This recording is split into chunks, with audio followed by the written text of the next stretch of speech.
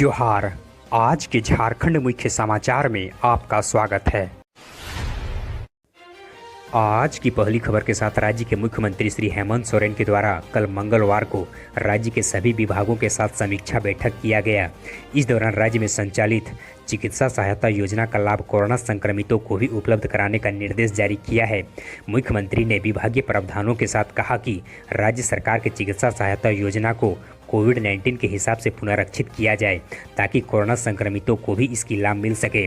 बताते चलें कि राज्य सरकार के द्वारा कोविड-19 से मरने वाले आश्रित परिवारों को लाभ योजना से जोड़ने की तैयारी की जा रही है।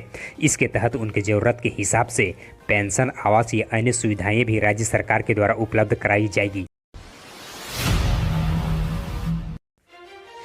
इधर कोरोना की दूसरी लहर पहली लहर के मुकाबले बहुत ज़्यादा खतरनाक होती जा रही है। समाज का हर तबका इससे बुरी तरह प्रभावित होती जा रही है। झारखंड में भी देश की तरह कोरोना की रफ्तार दिनों दिन बढ़ती जा रही है। ऐसे में राज्य में तत्काल 2000 नर्सों की भर्ती की तैयारी की जा रही है। झारखंड में कोरोना के खिलाफ लड़ाई लड़ने को लेकर डॉक्टर और पैरामेडिकल कर्मियों की कमी भी सामने आ रही है। राज्य सरकार के द्वारा शीघ्र ही इसकी नियुक्ति प्रक्रिया को शुरू किया जाएगा। इधर देश में कोरोना के बढ़ते प्रकोप को देखते हुए केंद्र सरकार के द्वारा एक बार फिर से गरीबों को मुफ्त अनाज देने की योजना को शुरू कर दिया गया है। प्रधानमंत्री गरीब कल्याण अन्न योजना को मई और जून महीने के लिए फिर से लागू कर दिया गया है। खाद्य और सार्वजनिक वितरण विभाग के द्वारा झारखंड सहित विभिन्न राज्यों को इसके लिए दिशा निर्देश भी जारी कर दिया गया है। साथ ही बताते चलें कि केंद्र सरकार के इस योजना का फायदा देश के करीब 80 करोड़ लोगों को होगी। इस योजना के तहत सरकार के द्वारा प्रति व्यक्ति 5 किलो अनाज दिया जाएगा।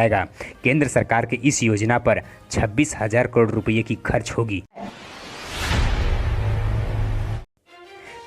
इधर राज्य में कोरोना संक्रमितों की संख्या काफ़ी तेजी से फैल रही है। राज्य में कुल संक्रमितों की संख्या 2.5 लाख पार कर चुकी है। पिछले 24 घंटे में महामारी से 129 लोगों की मौत भी हो चुकी है, जिसे मिलाकर राज्य में इस संक्रमण से मरने वालों की कुल संख्या 3073 तक पहुंच गई है। वहीं राज्य में संक्रमण के कुल 6,899 नए मामले सामने आए हैं, जिसे मिलाकर राज्य में कोरोना संक्रमितों की कुल संख्या बढ़कर 2,51,371 तक हो गई है। राज्य के स्वास्थ्य विभाग के द्वारा भारी अलर्ट जारी किया गया है। इधर राज्य के वित्त मंत्री डॉक्टर रामेश्वर उरांव ने कहा कि कोरोना कंट्रोल के प्रति केंद्र सरकार के गंभीर नहीं होने के कारण देश में यह स्थिति उत्पन्न हुई है। कोरोना का प्रथम चरण जब सामान्य हो गया तभी दूसरे चरण के नियंत्रण के लिए तैयारी होनी चाहिए थी। यह बातें किसी के समझ में नहीं आई और कोरोना की दूसरी लहर आ गई, जिसके कारण समस्या फिलहाल यह उत्पन्न हुई है। कल मंगलवार को गुमला परिसदन में पत्रकारों से संबोधित करते हुए उक्त बातें रामेश्वर उरांव ने कहा। साथ ही उन्होंने कहा कि कोरोना के थर्ड फेज के नियंत्रण के लिए राज्य और केंद्र सरकार को अभी और तैयारियां करनी होगी। इधर केंद्रीय माध्यमिक शिक्षा बोर्ड यानी सीबीएसई के द्वारा 10वीं के बोर्ड के विद्यार्थियों के लिए मूल्यांकन के फॉर्मूला को तैयार कर लिया गया है। इसके लिए बोर्ड के द्वारा स्कूलों को 18 पेज का नोटिफिकेशन जारी किया गया है। 10वीं के विद्यार्थियों का रिजल्ट स्कूल को तैयार करनी होगी और सीबीएसई बोर्ड को भेजनी है। रिजल्ट पारदर्शी हो इसके लिए स्कूलों में मूल्यांकन कमेटी का गठन किया जाएगा। इस कमेटी के सदस्यों की जानकारी 5 मई को सीबीएसई बोर्ड को देनी है। नोटिफिकेशन के तहत 20 जून तक रिजल्ट जारी करनी है।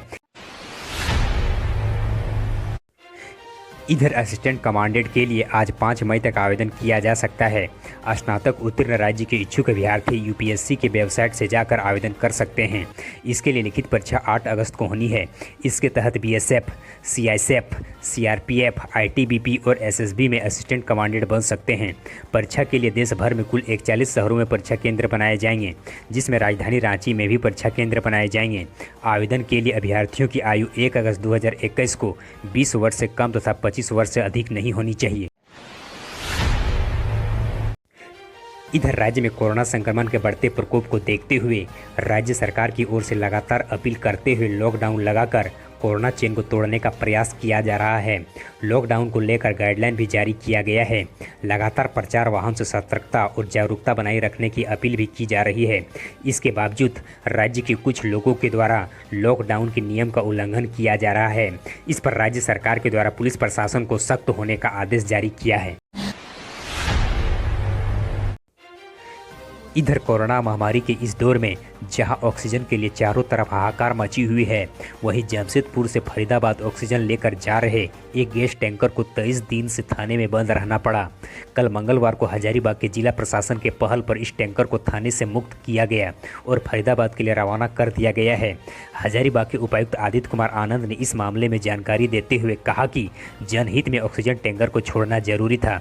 बताते चलें कि 10 अप्रैल को इस ऑक्सीजन टैंकर की चपेट में आने से जीटी रोड में एक महिला की मौत हो गई थी।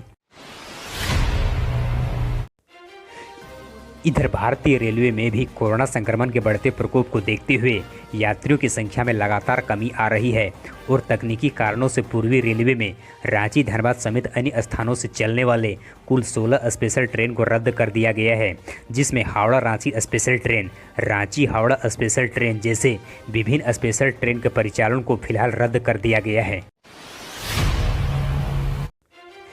इधर जमशेदपुर स्थित टाटा नगर रेलवे स्टेशन से कल मंगलवार शाम को लखनऊ के लिए दूसरी ऑक्सीजन एक्सप्रेस रवाना कर दिया गया है। 4 मोबाइल कंटेनर में 31.52 टन लिक्विड मेडिकल ऑक्सीजन भरी गई है। दक्षिण पूर्व रेलवे के द्वारा अब तक 20 ऑक्सीजन रैक से 893 टन ऑक्सीजन देश के विभिन्न शहरों में भेजा जा चुका है। इधर राज्य के खेलकूद एवं अल्पसंख्यक कल्याण मंत्री हफीजुल हसन ने कल मंगलवार को कहा कि जल्द ही अनुमंडल अस्पताल में 20 बेड का ऑक्सीजन सिलेंडर युक्त कोविड वार्ड चालू किया जाएगा। इसके लिए एक एनजीओ से बात भी हो गई है। फिलहाल 10 बेड का कोविड बेड संचालित है। अनुमंडल अस्पताल में सैनिटाइजर, मास्क, उपकरण सहित सभी जीवन रक्षक दवाएं संपन्न होगी। इधर देश में इंडियन प्रीमियर लीग यानी आईपीएल के 14वें एडिशन को फिलहाल स्थगित करने का फैसला लिया गया है। बीसीसीआई के अधिकारियों की बैठक में यह निर्णय लिया गया है कि आईपीएल तत्काल स्थगित किया जाता है। बीसीसीआई के उपाध्यक्ष राजीव शुक्ला ने इस बात की जानकारी दी। साथ ही शुक्ला ने बताया कि लगातार सामने आ रहे कोरोना के मामले के बीच बोर्ड के द्वारा यह कड़ा कदम उठाया गया है। इधर देश के प्रधानमंत्री श्री नरेंद्र मोदी और ब्रिटिश प्रधानमंत्री बोरिस जॉनसन के बीच कल मंगलवार को शिखर सम्मेलन वार्ता हुआ। इस शिखर सम्मेलन में दोनों देश के बीच मधुर संबंध को मजबूती प्रदान किया गया। बैठक के बाद प्रधानमंत्री कार्यालय की ओर से जारी बयान में कहा गया है कि यह रोड मैप लोगों के बीच में संपर्क, व्यापार और अर्थव्यवस्था, रक्षा, सुरक्षा, जलवायु और स्वास्थ्य जैसे अहम क्षेत्रों में अगले 10 साल तक के लिए गहरी मजबूती प्रदान किया गया है। दोनों देश के नेताओं के बीच कोविड-19 की ताज़ा स्थिति के साथ ही इस महामारी के खिलाफ लड़ाई को जारी रखने पर सहमति बनी है। इधर राज्य में राज्य सरकार के द्वारा कोरोना जांच के रफ्तार को बढ़ाने के लिए कोबास मशीन लगाने का निर्णय लिया गया है। इस मशीन के माध्यम से प्रत्येक दिन बड़ी संख्या में सैंपलों की जांच हो सकेगी। फिलहाल राजधानी रांची के रिम्स अस्पताल और दुमका के फूलो झानो मेडिकल कॉलेज में एकक कोबास मशीन लगाने की अनुमति मिली है। राज्य सरकार के द्वारा इन दोनों मेडिकल कॉलेजों में एकक कोबास मशीन लगाने के लिए रोचे डायग्नोस्टिक लिमिटेड को ऑर्डर दिया है। मुख्यमंत्री श्री हेमंत सोरेन ने इसे लेकर एनएचएम झारखंड तथा कंपनी के बीच में होने वाले एमओयू के प्रारूप में अपनी स्वीकृति प्रदान कर दी है। आप अपने निर्देश या सलाह देने के लिए नीचे कमेंट बॉक्स में हमें कमेंट करें। हमारे हौसला अफजाई के लिए इस वीडियो को लाइक करें और अपने मित्रों के साथ अधिक से अधिक शेयर करें। हम फिर मिलते हैं कल के अपडेट्स के साथ। तब तक के लिए धन्यवाद।